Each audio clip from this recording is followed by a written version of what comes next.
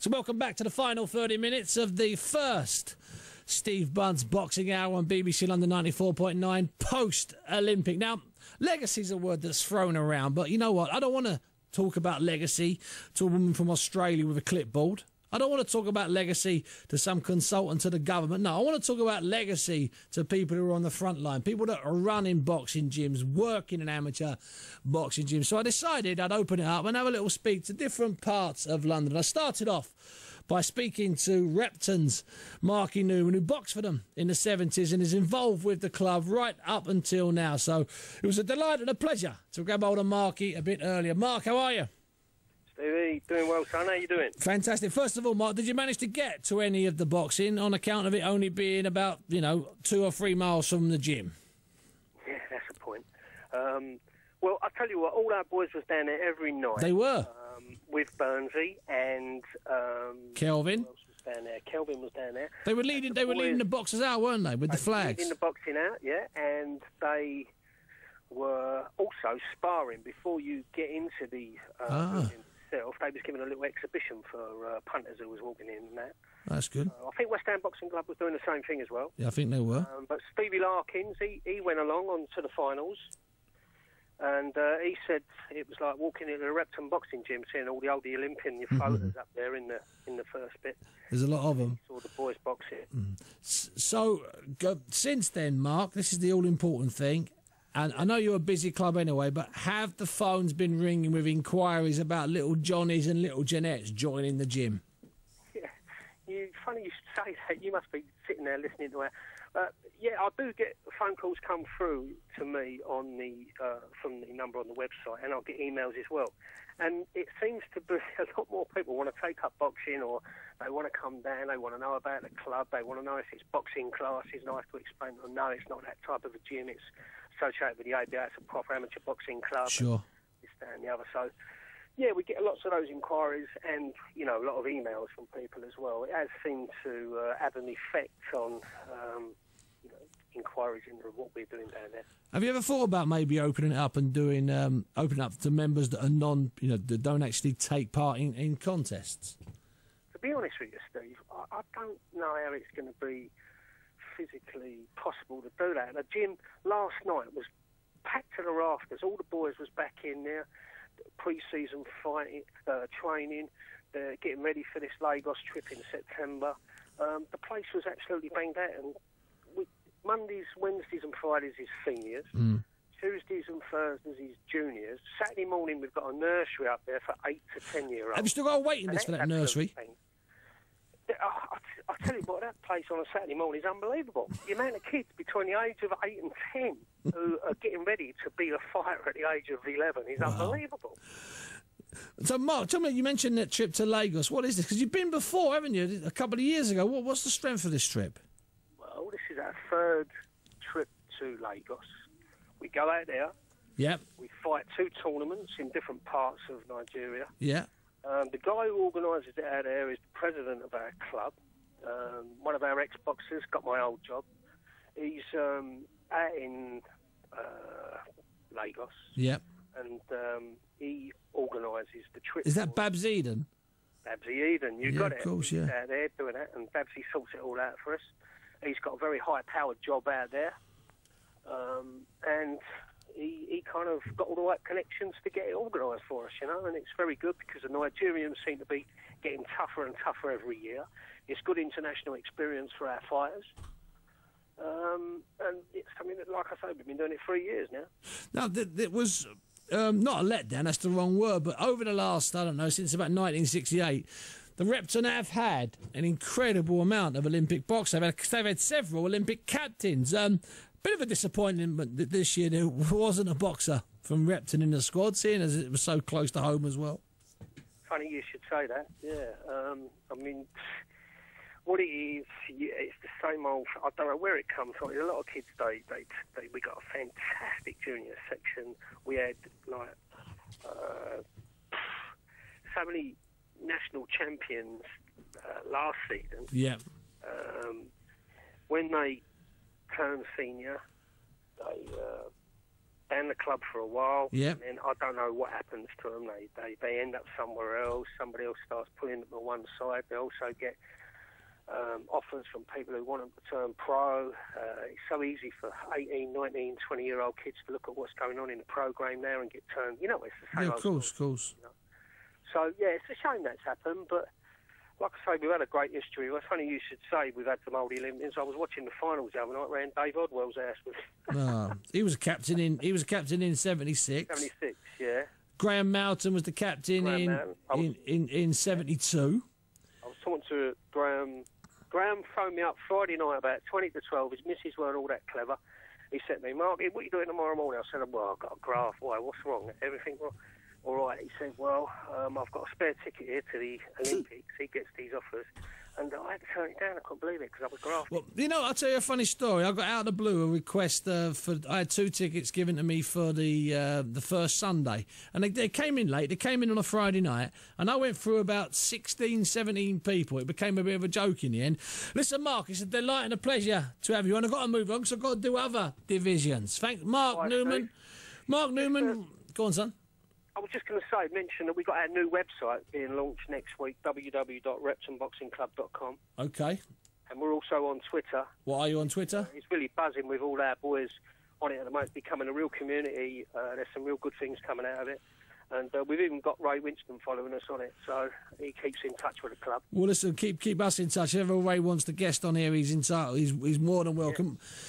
Mark Newman, Repton, North East Division. Let's move across London now, not too far away, just to Islington. In fact, it's a long way away from that. Islington's a big old little borough. People forget that. It stretches forever and a day. Anyway, let's speak to Mickey Doherty from Islington. Mickey, you there, son? Hello, Steve. All right, mate? Yeah, Mickey, first of all, I mean, you've got 1,000 members anyway, officially the biggest club in the country, or more members than any other club. But have the phones been ringing especially busily since the Olympics or during the Olympics? Well, normally we expect a fall down in people coming into the gym with the holidays and the weather. Summer kicked in eventually. But no, on the recreational classes and the rest, they've been buzzing. There's been a large influx of members coming in, signing up. And we've also had loads of parents turning up, just inquiring when the new season starts and if their boys and girls can join. But so, you know, there's been a lot of female interest in boxing, obviously, due to the exploits of Nicola Adams and Katie Taylor. But you've always been a very strong female club, haven't you? I mean, you've had women boxers for a long while. You're not Johnny Come-Latelys in that field, are you? No, we've had female ABA champions. We've had winners of the Box Cup in the female division. So no, we're quite diverse and mixed in our clientele. Mick, you know, you've had a bit of a facelift there. No, I haven't been up to see it since. Personally. No. Listen, that was a vicious rumour, son. Don't worry about that. People say that to me every now and again.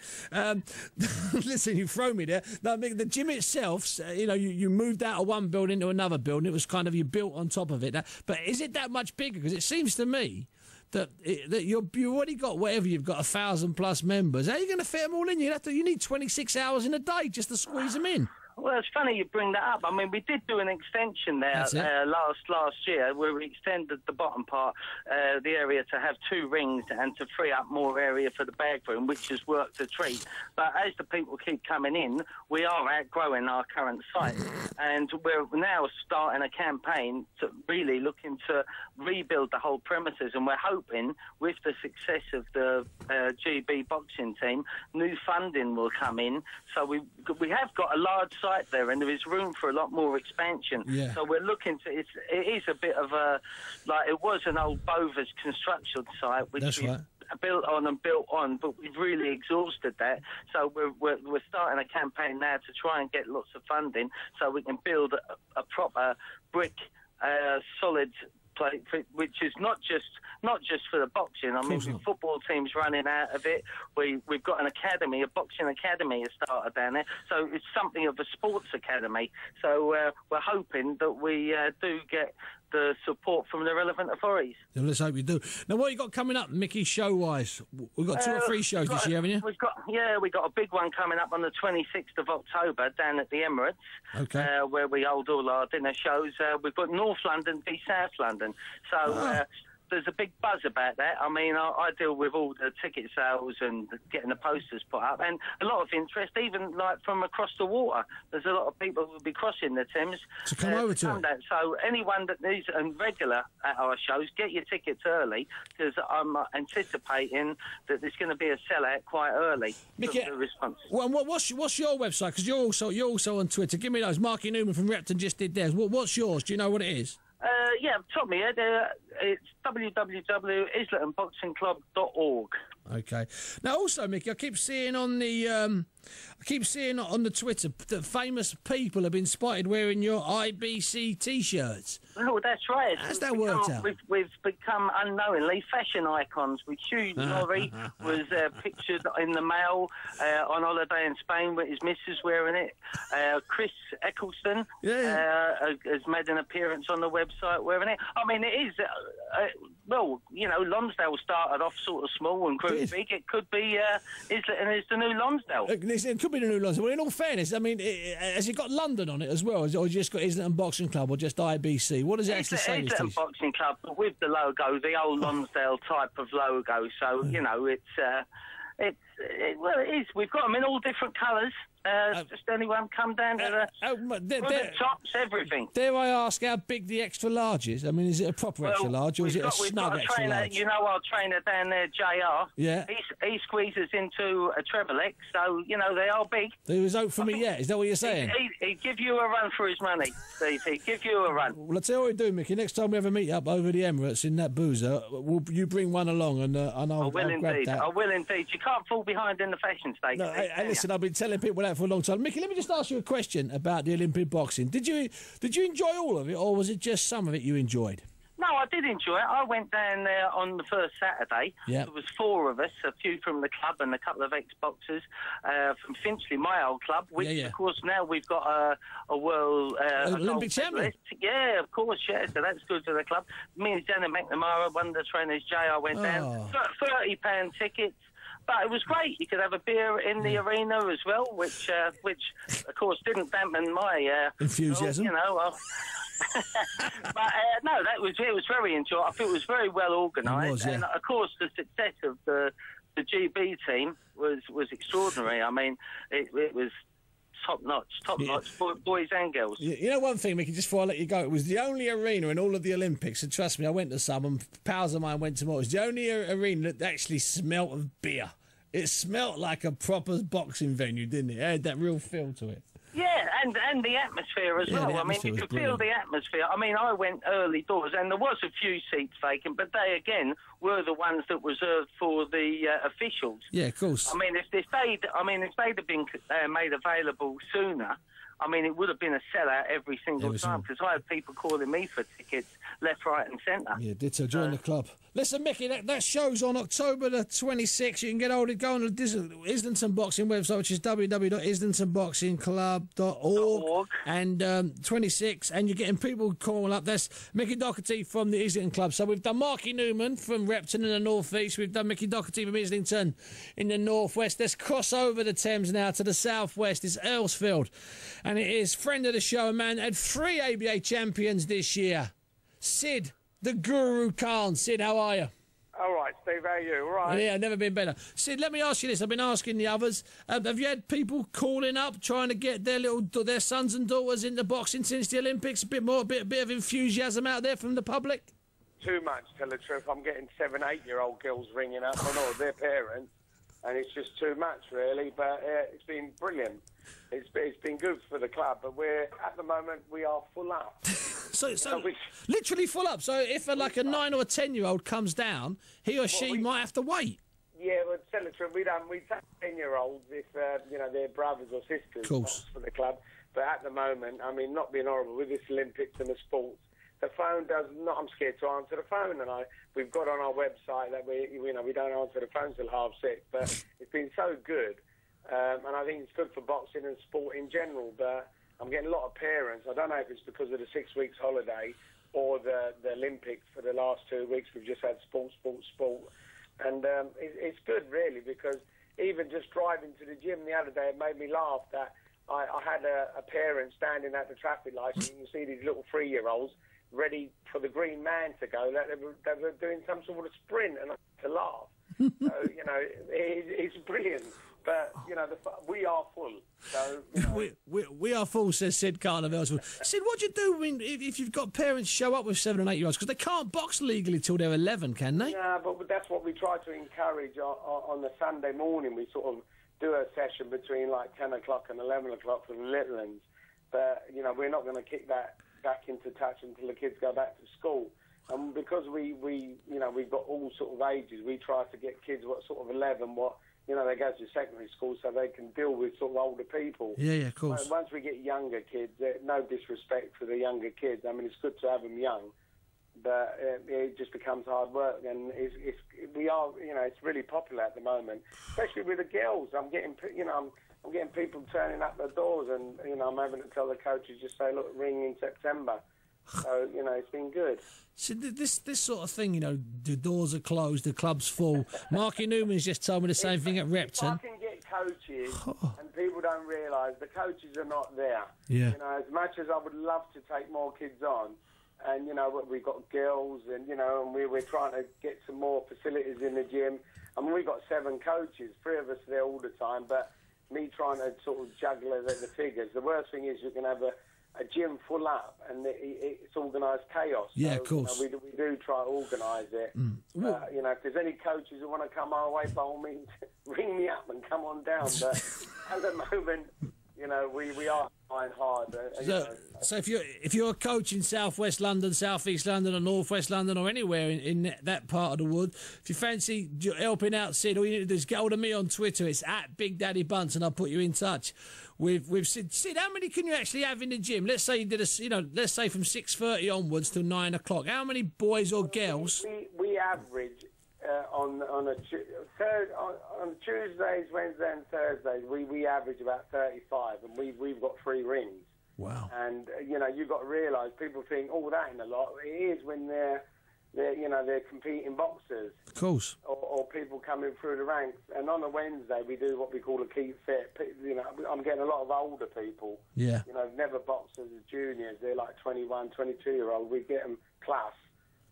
We have a session on a Wednesday, and we have 5 coaches on that session, but no sparring. We just don't. Then we know we haven't got the pressure of, you know, taking the sparring, because even just to take the sparring, you need a good half an hour just to get them at it. And you know, on the Wednesday that we're averaging like, you know, 35, and even in the summer months with the hot weather, you would think, oh, we'll have a bit of rest because we're going to get about 12 in there, but we don't. We think we have still coming through the doors. Yeah, when people come to the door and say, no, it's 6:15, sorry, we can't take you on, hoping they don't turn up the next week, but they turn up the next week. So what do you do? So no, it's been good. I think, you know, this Olympics has been very, very, very good for the amateur boxing side of it. It's been relentless in that sense, hasn't it? And yeah. In all fairness, with the system in place and the fact that it doesn't look like they're going to lose the funding, looks like they're going to get the funding, you know, the success should be able to continue. Yeah, I just hope it filters down to the grassroots. That's all I worry about. I look at, you know, I see posters all over the place, you know, boxer size and whatnot, but I just worry that the established clubs out there what need help, need to get help. That's all a horrible thing to say. I don't want to see like 10 new clubs start up. Yeah. And they go for like, 2 years and, peter out, and the old clubs what have been there and who've got a bit of history behind them don't get the help. That's the only thing what worries me about the funding. You know, there's plenty of people to start up. But what about the clubs what are there already? So, I'm just hoping that the clubs are there what have been going and they're established, they get the help, really. Well, you know what, you're absolutely right about that, and I've been big on that on this show in the past, that these new clubs that are opening up that are affiliated or barely affiliated with coaches that we're not quite sure where they've managed to get their, quotes, coaching certificate, that they are actually taking some of the funding and some of the glory. And you're absolutely right, Sid. It would be criminal if the big clubs, the clubs that have been established, get overlooked because someone's opened a new club on some on some sinkhole estate, as good as that is. But as you say, the history tells you those instant overnight clubs don't last the test of even short time, let alone long time. Yeah, that's the only thing I'm worried about. But, you know, let's see what happens. But, you know, I'm just hoping that the clubs established do get a bit more help. I think sometimes they're overlooked. Yeah. And, no, you know, that's wrong. what worries me. I mean, you know, the established clubs, you just have to go to the shows and you see the same trainers year in, year out. We're still there. Yeah. And no one wants to take the keys off of them, so, you know. But in all fairness, Sid, you've only been doing it for 35, 40 years. What are you talking about, son? You're a spring chicken. Yeah, I'm thinking of retiring.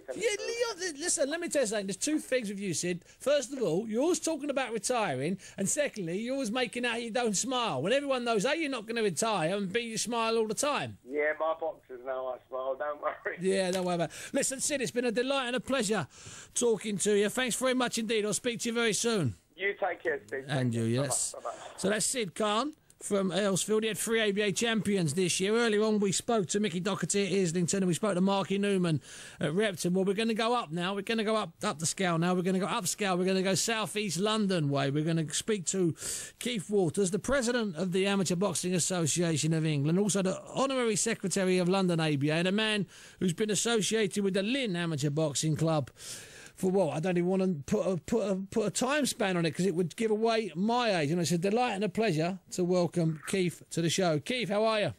Hello there, Stevie. Hello, Steve. Keith, first of all, fantastic for amateur boxing, the success at the Olympics. I saw you there every day, and that smile was just growing bigger and bigger on your face. Yeah, it's a tremendous performance, Steve. Unbelievable for boxing. Keith, now the thing is that Sid Khan just mentioned something there. He's worried that the money and all of the funding and all of the profile doesn't just stay with the elite boxers. He was saying he wants to make sure it filters down. Can you give us an assurance on that, Keith? Well, there's no assurance on that, Steve. I mean, I've been banging my head on the zone for many years that what these clubs do and all the volunteers we've got in every club.